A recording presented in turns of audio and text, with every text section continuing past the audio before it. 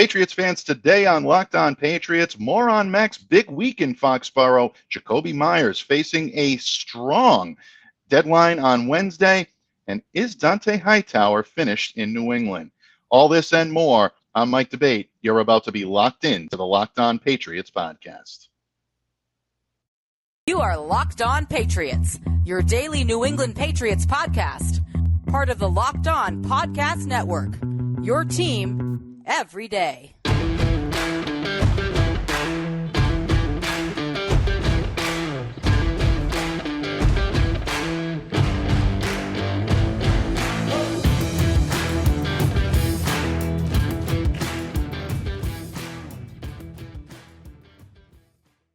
Hello to all of you Foxborough faithful, and thank you once again for making Locked On Patriots a daily part of your New England Patriots coverage and also your first listen every day. Remember, Locked On Patriots, free and available on all platforms, including YouTube. So download, subscribe to, and follow the Locked On Patriots podcast wherever you get your podcast, and smash that subscribe button on YouTube.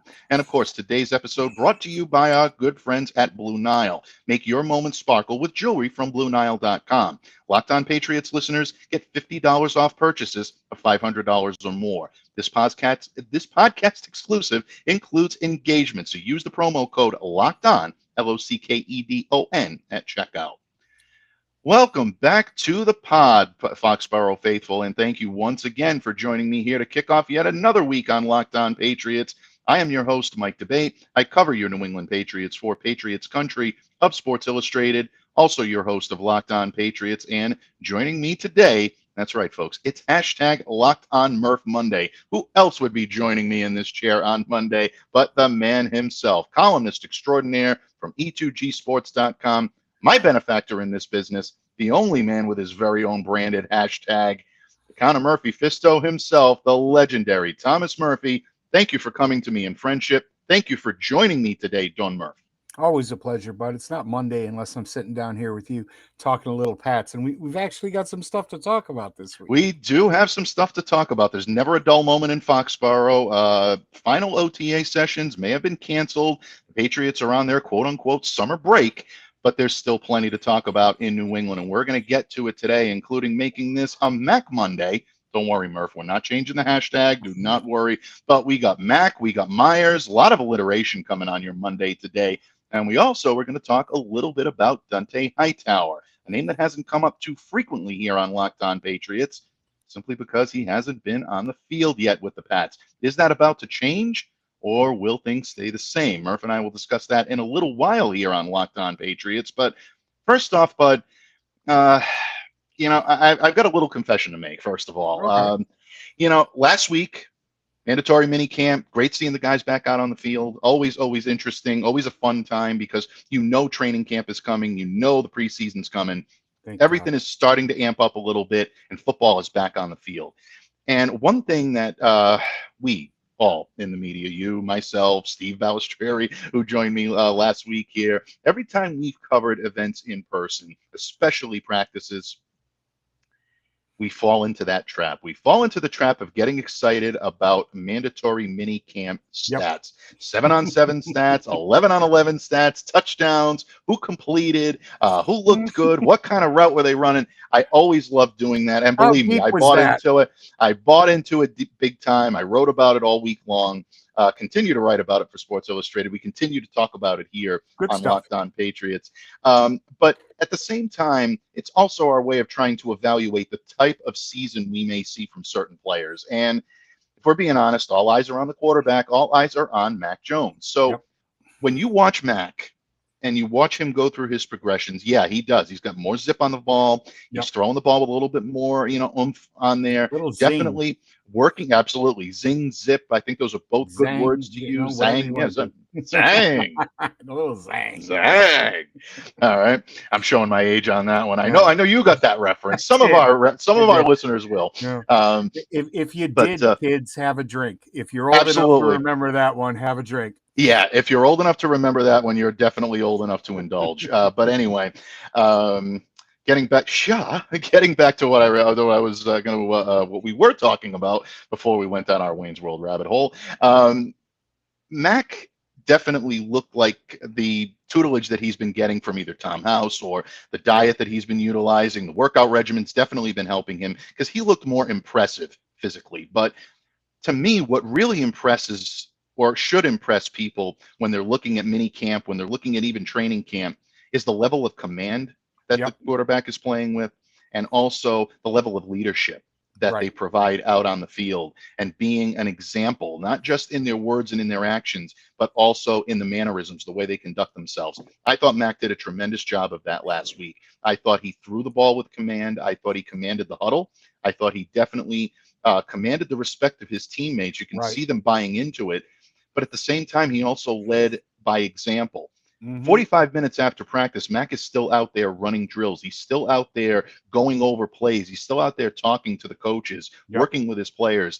These are things that we saw Tom do day after day after day. And again, I know a lot of people criticize me for saying you're trying to force Mac into being Tom. No, I'm definitely not. But you can see similarities in leadership style, and it leads you to believe that, yeah, this kid's ready to take that step. From what you've read, from what you've seen on Mac, do you think that's what people should be more zoned in on rather than worried about what the statistics look like in minicamp? Without a doubt, this guy is out here showing seasoned veterans how he wants them to run a route. You know, he's walking into a huddle and saying, nobody talks in this effing huddle except me. This is a man that is taking a step that he wasn't able to last year. He was QB blocked last year by one Cam Newton, and being able to step up and put his stamp on this team early. And this year, there's no doubt about who's the man here. You know, they don't care. He doesn't care who they drafted or where they drafted him. That's not what pushes Mac Jones. What pushes Mac Jones is Mac Jones, in the same way that what pushed Tom Brady was pushing Tom Brady. There's a chip on that shoulder. You know, he had to wait for his turn in Alabama. He had to wait for his turn here and come in and prove something last year that, yeah, you can get rid of the veteran and hand the reins over to me. This year, he walked into camp with the reins firmly in his hand, and he's leading this horse into the season. It's fantastic to watch. Going along with the other things that other people are focusing about and writing about, including you. Yeah, absolutely. And I mean, it's a very common tale, and you hear a lot about what is really coming out of minicamp is Mac's teammates really coming and rallying around him, whether it be Kendrick Bourne, whether it be Jakobi Meyers, who we spoke with last week, who we're going to talk a little bit about in just a moment. Even Trey Nixon, who had himself a hell of a week. Steve and I talked about him last week, and Trey is looking like that guy that Ernie Adams spent that valuable 7th round draft capital Thank on. you, Ernie. And I don't say that tongue in cheek. This kid looks like the real deal. And I will say that, yes, I heard several times, whether it be, in pieces that were written, not just by myself, but by my colleagues in various outlets in the media. A couple of comments made here. We'll see how he looks when the pads come on.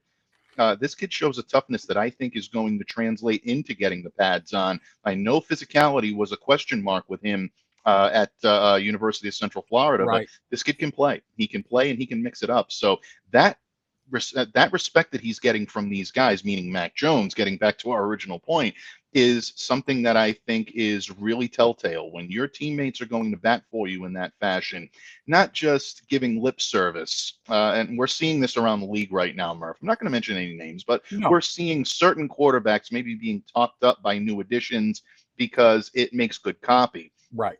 These guys are giving specifics as to what Mac is doing in the huddle, how he's doing it. Devontae Parker has sung his praises, continues to mention Mac's arm as something that he admires most about him, which is interesting because if you listen considering where he came from and the arm that he's been receiving passes from, he would know a polar opposite when he sees one. Yeah, absolutely. And, I mean, that's contrary to the belief of, a lot of the arm strength experts up there in Western New York, because we have that cabal of knowledge.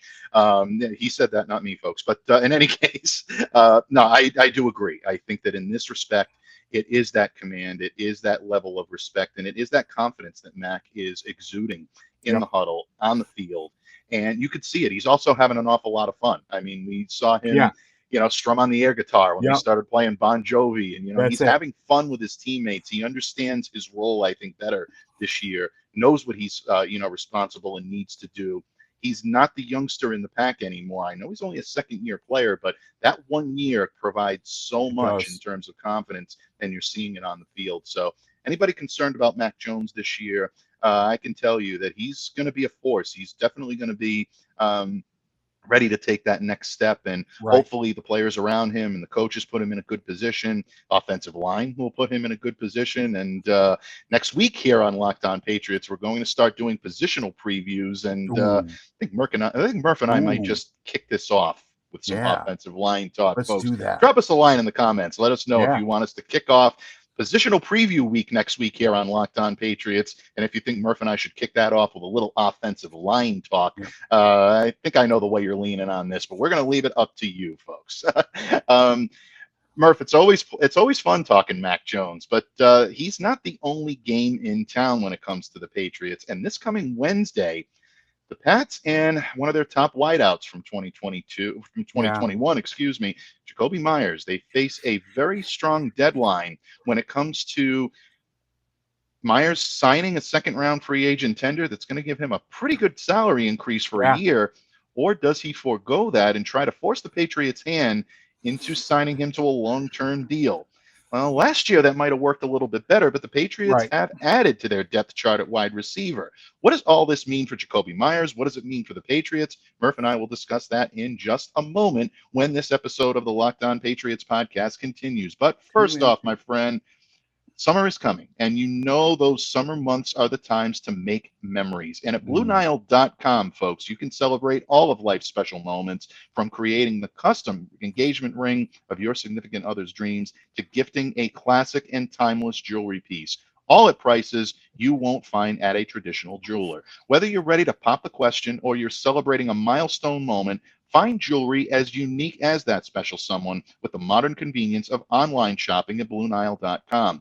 Build the engagement ring of your dreams or celebrate life's special moments with fine jewelry. No matter what you're looking for, Blue Nile has experts on hand 24/7. So make your moment sparkle with jewelry from BlueNile.com. And Locked On Patriots listeners get $50 off purchases of $500 or more. This podcast exclusive includes engagement. So use the promo code Locked On. That's LOCKEDON plus. Every order is insured, it ships free, and it arrives in discreet packaging that won't give away what's inside. Shop stress-free and find your forever piece. Use the promo code Locked On today at BlueNile.com. Patriots fans, we are back here with the legendary Thomas Murphy, columnist extraordinaire from E2Gsports.com, covering your New England Patriots and all things Boston sports. Give him a follow on Twitter at TMurph207. And Murph, it's always fun to kick off the show by talking about a subject like Mac Jones. It's engaging. He's the quarterback. Everybody wants to see what Mac is going to do. And Mac is doing a very good job of keeping people engaged and giving everyone something to talk about in a good way. But at the same time, you look at what other players on the field are I shouldn't say going through right now, but you look at other players on the field that can potentially and have an impact on this team in 2022. And Jakobi Meyers, in my opinion, is at the top of the list. Jakobi was one of the top receivers that the Patriots had last year. For all of the grief that he gets about not being a touchdown machine or being I've seen people refer to him this week as a pedestrian wide receiver. I think that's a definite misnomer. He led the team in receptions last year with 89, 906 yards. That includes the playoffs. Also had a 9-yard carry, completed 2 passes for 45 yards. The kid can mix it up and pretty much do it all. But there is a decision that is faced with he and, well, sort of the Patriots this week. On Wednesday, the 15th, Jakobi will have to sign that second-round tender that the Patriots placed on him back in March. If there is a situation where he does end up signing that deal, he'll get a pretty substantial pay increase. He basically will increase his salary from $1.765 million that he made in 2021 to $3.986 million in pay this time around. Very good pay increase, no question about it. Nearly $4 million. That's a pretty good pay increase. You're more than doubling your Yeah. salary.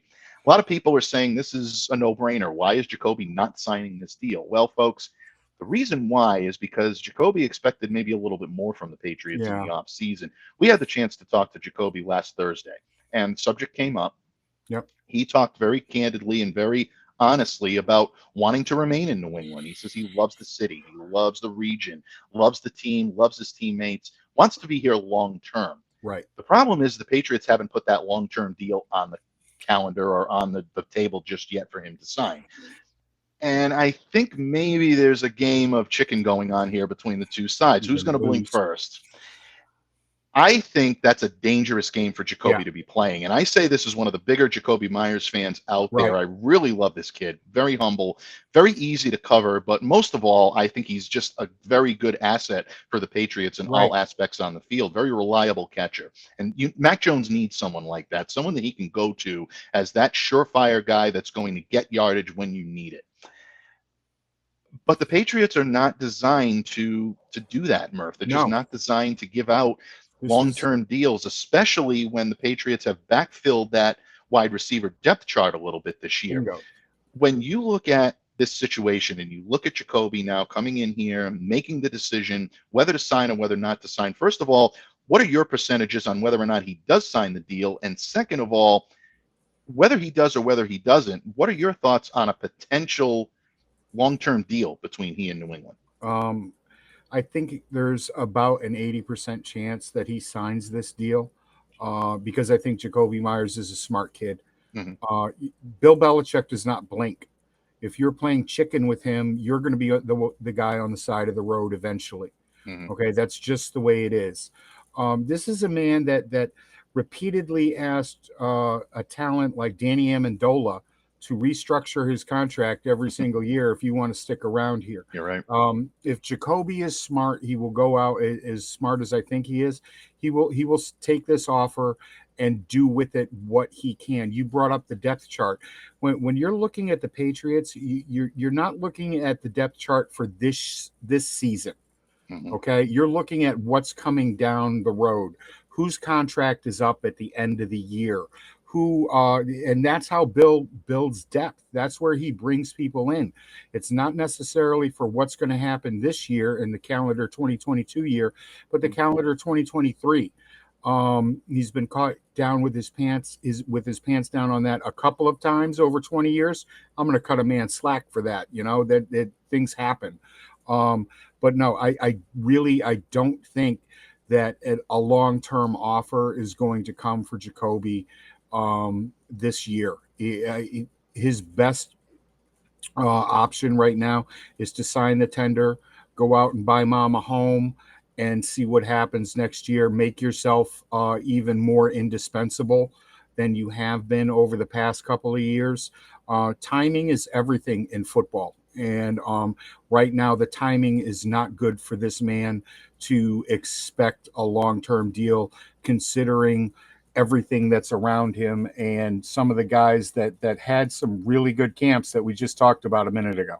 Absolutely. And guys that did have good camps. We talked about Trey Nixon, really kind of, giving him. But, let's talk about some of the incumbents on this team as well. Nelson Aguilar looked very good during training camp. He's looking like someone who's on a mission to try to quell some of those I don't want to say problems, but they also want to get him into a spot where he feels like he's earning that contract that he signed in 2021. Because a lot of fans feel like he did. Exactly. And he doesn't either. We talked to Nelson about a month ago, one of the first guys to have media availability with the Patriots in this offseason. He was very disappointed with what he did, not with his own effort or anything, just with results. He thought the results should have been better. And he said it without putting any blame whatsoever on the coaching staff, on the play calling, or more importantly, on Mac Jones. He took it all on his own. He did. To me. It's me. He absolutely did, and a level of maturity there that you always know is there in players, and it was good to see that Yep. with Nelson. And I think that he's motivated by that this year. I think Devontae Parker is highly motivated. Right. He looks to be playing with a little extra fire under his cleat this time around. There you go. I think he's looking at Miami and saying, "Yeah, okay, you want to bring in Ty Hill, you want That's to, you want to draft Jalen Waddle. I understand all that. Yep. You want to bring in Cedric. All these things that are kind of, they're really." Gnawing And at you behind the scenes. He wants to get out there and show Miami, hey, you know what? You gave up on a guy that can still play and was one of your better receivers. He's right. got that motivation this year. And take a look at what Kendrick Bourne did last week. Yeah. Okay. I mean, I'm sorry. This kid is just an unbelievable talent and needs to be a bigger, more prominent figure in this offense going forward. And I think he will be. So, take the offer. Take Yep. the bird in the hand, okay? Yep. And then worry about the two in the bush at the end of the season, son. I know that injuries are always a concern, especially with a skill position player, as to what could happen during a season and wanting that kind of security. But it just doesn't always happen. If you were in this situation last year, maybe. But not this year. It's just it's not the right time. It isn't. It really isn't. And you've got guys that do have promise and do have the ability to make a roster push as well. Names that we haven't mentioned yet: Christian Wilkerson, Malcolm Perry. Yep. We haven't even mentioned Tyquan Thornton yet, who was the Patriots' second-round draft choice. Yeah, and well, I'll tell you, I really can't wait to see this kid turn the turbo boosters on in training camp. He looked impressive at times at minicamp, and to me, this kid's really something to watch. Fans are really going to enjoy keeping their eye on Tyquan Thornton. I have six pictures of this man's backside, and believe me, I wasn't trying to get them. It's just where he was from the time I clicked until the time it actually took the picture. Explosive step. Gone. He just explodes. Question. Oh my God. Yeah.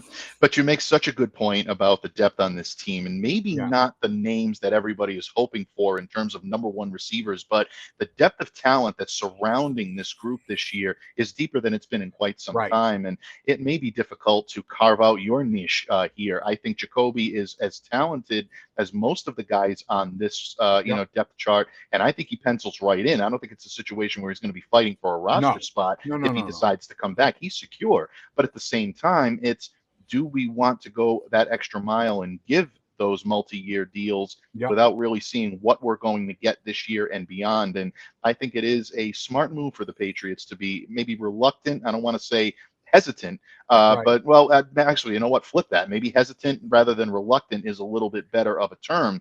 But at the same time, you understand where they're coming from. From Jakobi's standpoint, like you said, I mean, it's almost a no-brainer to take this. If he doesn't sign by Wednesday, and I want to credit our good friend, the Pats cap himself, Miguel Benzon, tweeted this out over the weekend. The Patriots can actually lower his salary by not accepting that tender. He would go from what he made last year, $1.756 million, or $1.765 million, excuse me, that he made last year, to $939,000 for 2022. That's essentially leaving $3 million on the table that you could have used to sign that. That's a very, very slippery slope to do that and leave that on there. Albeit, I will say this, it should be noted that no portion of a restricted free agent tender is guaranteed. So that's going to be predicated on Jakobi making, his starts. It's going to be predicated on security. Exactly. Security, injury history. That's all something that needs to be done. But if he takes care of himself, does, what he needs to do, and hopefully stays on the good side of luck when it comes to injury, that's a pretty substantial payday. So if a long-term deal is in the cards, we'll see. But I agree with you. I don't think this is happening before training camp. I don't either. And this is a way out of left field comment here, people. Don't be surprised if Jakobi Meyers is moved. Yeah, and a lot of people are saying that. And a lot of people are saying that, and there is definitely a possibility of that as well. I, for one, would hate to see him moved. But if you do come to that realization, and there is just no happy medium between the Yep. two sides. Sometimes you don't leave yourself much of a choice but to make that trade, and we'll see. That's something to Yep. definitely keep an eye on. I know some Patriots fans are going to be watching this segment as we bring the segment to a close, and Yep. they're going to say, they didn't mention N'Keal Harry as a as a potential fit for the wide receivers group. I know that made a lot of people happy, but Claire and I talked about N'Keal last week and whether he can carve a position out. Unfortunately, I think that ship has sailed. No, I think it's N'Keal will be done. moved. Yeah, I just don't think there's engagement on either side any That's it. longer. And when you he'll reach be that moved or point, cut, and somebody will pick Yeah. him up who wants the Patriots playbook, and then he'll be moved or cut again. And like Mike said, there have been no bigger proponents since he was drafted of this kid. It just hasn't worked out, and what we saw at the college level just did not translate. No, it just didn't. Unfortunately, that was indeed the case. And I do want to give credit to our good mutual friend, Matt Chatham, who I think has really been the top of the heap when it Yep. comes to N'Keal Harry apologists and supporters. But, sometimes it just doesn't fit. And if it doesn't Right. fit, you have to quit. And, I think that's really where we're coming from at this point. So, before I channel any more of my inner Johnny Cochran, folks, we are going to continue Locked On Patriots in just a moment, bringing it all home, talking about a fan favorite, Dante Hightower, not in Foxborough for mandatory minicamp or OTAs. He's not holding out, folks. He doesn't have a contract with the team. And Murph and I are going to discuss whether we've seen the last of Dante Hightower in the NFL or whether he might just be walking through that Foxborough door sooner than later. We will discuss that in just a moment when Locked On Patriots continues. But first off, folks, it's a great time to be a sports fan. Basketball finals, hockey playoffs, Major League Baseball, you name it, it is in full swing right now. And the best thing that you can do for your fandom of sports is to make a little extra on the side with it. And if you want to do that, you definitely want to visit our good friends at betonline.net, your number one source for all of your betting stats and sports information. Find all the latest sports developments, league reviews, and news at BetOnline because they are your continued source for all of your sports wagering information, from live betting to playoffs, esports, and more. Head to the website today or use your mobile device to learn more about the trends and the action.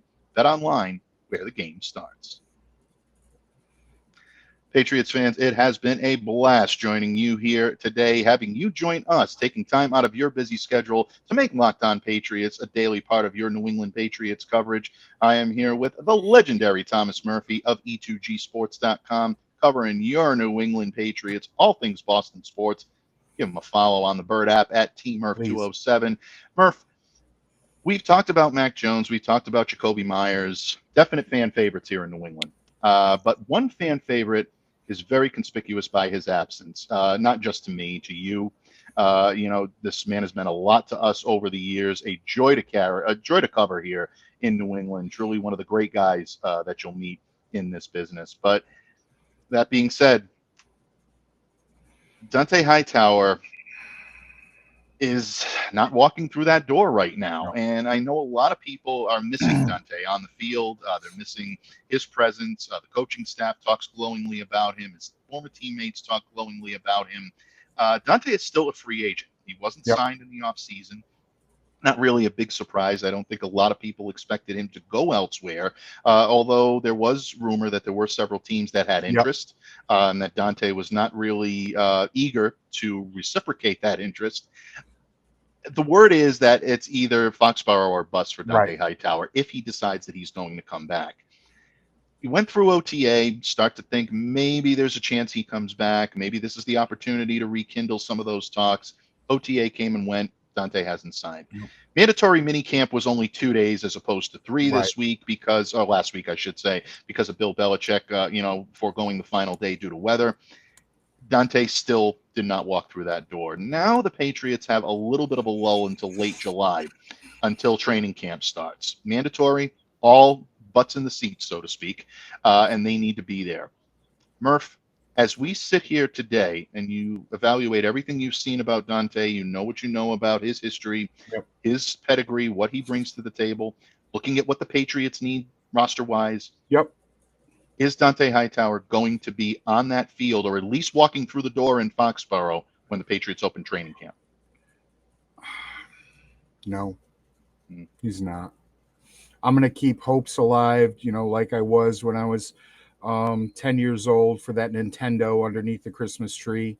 But that didn't happen. And I don't think this is going to happen. I think Bill is ready to go in a different direction. While Dont'a is somebody that everybody would love to have in the locker room, on the sidelines, and in certain situations on the field. I think Bill right now is seeing that as getting him time on the field is taking away from the growth and development of the younger guys that are here. It hurts to say it, but I don't think he's going to be here. Yeah, and I know a Please lot of don't people are agree with me. probably a lot of people are going to be sighing. A lot of people are going to be not happy with that. I I'm want going to to be play wrong. devil's advocate. I'm going to play Yep. devil's advocate for a moment here because I still believe there's football left in Dante Hightower. So do I. Look, we've gotten a taste of this before where Dante opted out of the 2020 season. Some people are saying that, this is nothing new. Dante wasn't here in 2020. Patriots defense, whatever. They'll rebound. They'll be okay. Well, yeah, he was not here in 2020 for all of those. But with all due respect, there wasn't OTA, minicamp, training camp, things like that in 2020. COVID shut everything down. So we didn't really get a chance to see the Patriots on the practice fields much without Dante Hightower. I can tell you, being back in that building last year and seeing Dante be able to interact with players and watch him point things out to the younger guys on the roster, Juwan Bentley, Josh Uche, pulling these guys aside, showing them where they needed to be, pointing things out. It really does instill you with a little bit of confidence. It really does instill you with a little bit of that, pedigree that I think is maybe underrated when it comes to the success of a defense. Having a veteran presence there, even if he's not what he once was, is still, to me, something that can be as valuable as infusing youth, speed, stamina, all of those things that the Patriots desperately need, by the way. And I'm not criticizing anyone that says they need that. They absolutely do. There's no question about it. But to me, if the room is on the roster and the Patriots can make this work logistically, meaning financially, I think they're very of being able to do that. Dante still appeared in 16 out of 18 possible games last year, so I still think the durability is there. It's not like he played in half or anything like that. He played over half of the Patriots' defensive snaps, 59.8% of their defensive snaps, according to our good friends over at Pro Football Focus. Still effective, 64 tackles, 1.5 sacks. They really kind of made him a more situational linebacker last year. You saw him playing a lot on early downs, defending against the run. I think that can be an effective weapon for him and an effective spot. But you hit the nail on the head. The Patriots right now are they're going into that youth speed movement heading into 2022 at the position. And if it's bodies and just having too many people on the roster, then they're not going to bring in someone that's going to force a potential key player for a number of years out on the roster when Dante may only be interested in a one-year deal at this point. It puts the Patriots in a precarious situation. I think they can make it work, but I see the argument against it as well. We said it last year, and I talked at length with Karen Garigian of the Boston Herald. At the beginning of last year, you saw the loss of the step. He really did. That explosive first step that he's always had. He looked slow out there.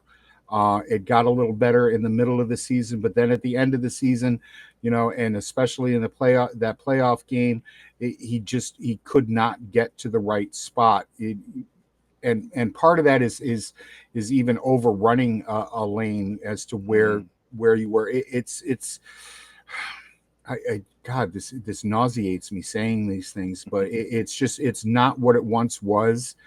And sooner or later, you're shown the door, whether it's physically or mentally, you just don't want to do it anymore, or a coach tells you that it's time to go. And I just think, one of those, it's going to happen. I don't see him coming back, and it breaks my heart to say it. Yeah, I don't often hope that you're wrong. As a matter of fact, almost never do I hope you're wrong. This is one time I do. And I do. I don't necessarily. I hope that I'm wrong. Yeah, I don't necessarily think you're wrong, but I hope you are in that case, because Dante has been a guy that I've thoroughly enjoyed covering here. For Right. selfish reasons, I would love to get one more year to be able to see him and see what he can do in terms of imparting his wisdom, his knowledge to a lot of the younger players that they have on this roster, because there are a ton of young, talented linebackers in this core, whether you're talking the inside or the outside. I mean, Dante is capable of giving you knowledge regardless of where you play. It's not like they're trying to clone him and trying to copy what he's doing. He can provide so many opportunities. Guys like Ronnie Perkins, guys like Cam McGrone, Anthony Jennings, even Uche, who I think hasn't really come into his own yet. I don't think we've seen the real potential yet of Josh Uche. And believe me, there is a lot there. I remember when this kid was drafted, and Isaiah Hull, who hosts Locked On Wolverines here on the Locked On Podcast Network, said Uche is really going to be a star on that team. He's perfectly fit for what Bill Belichick loves and what this defense loves to do. And he's going to infuse a great deal of speed, a lot of youth, and a lot of renewed vigor in that core. We haven't seen it yet. I think we see it this year. But at the same time, having someone like Dante, who is an elder statesman, who's been there, done that, has you make the argument that he might have been the catalyst for the Patriots comeback in Super Bowl 51. This guy's played in big games. He's played with the best of the best.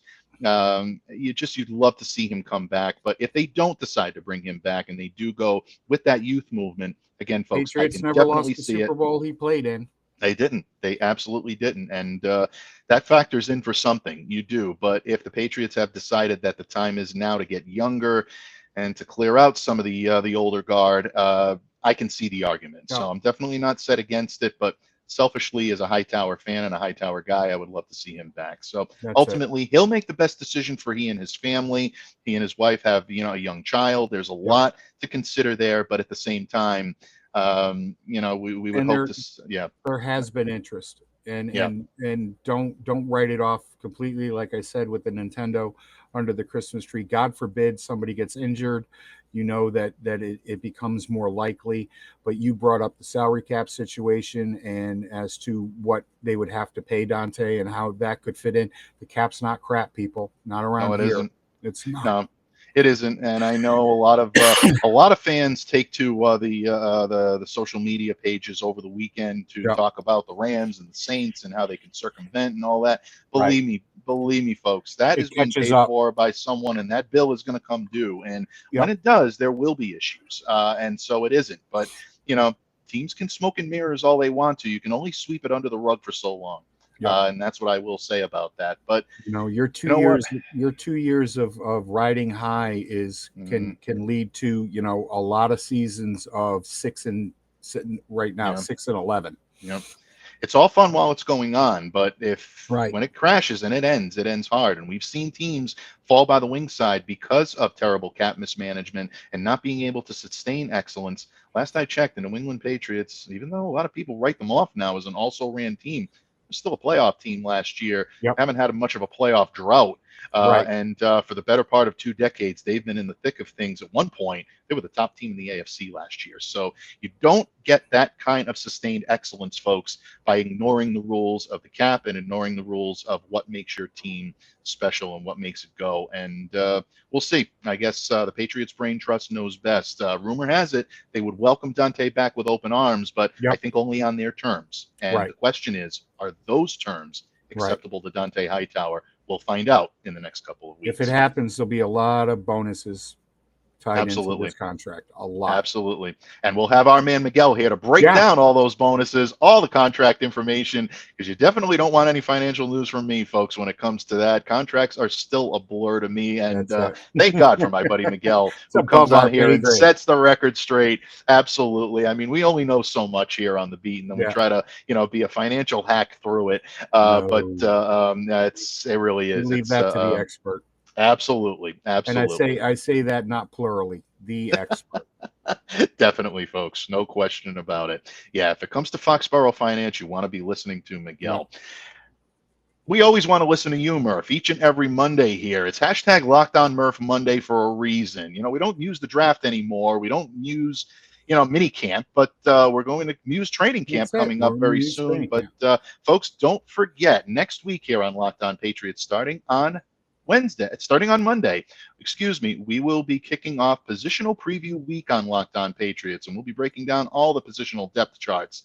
Wednesday is probably locked up for a certain position with a certain co-host that would absolutely not speak to me again, Murph, if we did anything on tight endage without giving that role to her. But I know how much you love talking about round gentlemen in the middle, and I think offensive line might be the key here. But drop us a line in the comment section on YouTube. You want something let us else, know we'll give it to you. If you want to hear Murph talk about the offensive line, or if you want to hear him talk about another position, folks, we're amenable to change here on Locked On Patriots. We exist for you, and we thank you for all of the feedback, good, bad, or indifferent. It helps make our show better, and that's ultimately what we're trying to do, make your listen as enjoyable as possible, your first listen every day, and a daily part of your New England Patriots coverage. On behalf of my good friend, Thomas Murphy, at TMurph207, I appreciate you taking the time out today to join us. Murph, before I let you go, my friend, you didn't think I was going to let you go without giving an opportunity to plug all the great work that you do. Please let us know what we can expect from the great pen, the great voice of Thomas Murphy in the coming days and weeks. Well, tomorrow we'll be back in One Patriots Place, a.k.a. Keeping Up with the Joneses. The one and only Mike Diabate will be joining us. There was a method to my madness, folks. There was a reason why I wasn't going to let him go without plugging something. So Mike is going to stop in tomorrow, and don't miss that one. We are going to be talking some interesting stuff over at E2G Sports today. I just have a column out on the Red Sox fantastic West Coast trip, best West Coast trip they've had since 1997. Nice. So go check that out. Of course, all the great content over there. Please give me a follow at TMurph207. I'm probably going to have a little Patriots action going again this week, and all the great writers that we have over there covering the Celtics, the hockey playoffs, the Stanley Cup is in our face. And while I continue my lifelong boycott, well, not lifelong, the second half of my life boycott of the NFL, of the NHL, there are other people there that are going to be able to show you the way. And so that's a long story we don't want to get into. Never forget the whale. Okay, that's the only thing I have to say. Never. Absolutely. You and Chris Price are keeping that dream alive, bud. And God bless you both for that. That's it. So thank you again for having me. I'll be back next week. And don't forget to check us out tomorrow on One Patriots Place. Definitely. Absolutely. And my honor, my privilege to join you guys on One Patriots Place. It's going to be a fun time and a different time for me to be the interviewee as opposed to the interviewer. But if you think I like to ramble now, folks, just wait. No, I'm kidding. All kidding aside, folks, thank you once again for joining us here today on Locked On Patriots. On behalf of my good friend Thomas Murphy, I'm Mike Diabate. Stay safe, stay well, be the change that you wish to see in the world. Have a great day, everyone, and thank you for all of your support of Locked On Patriots.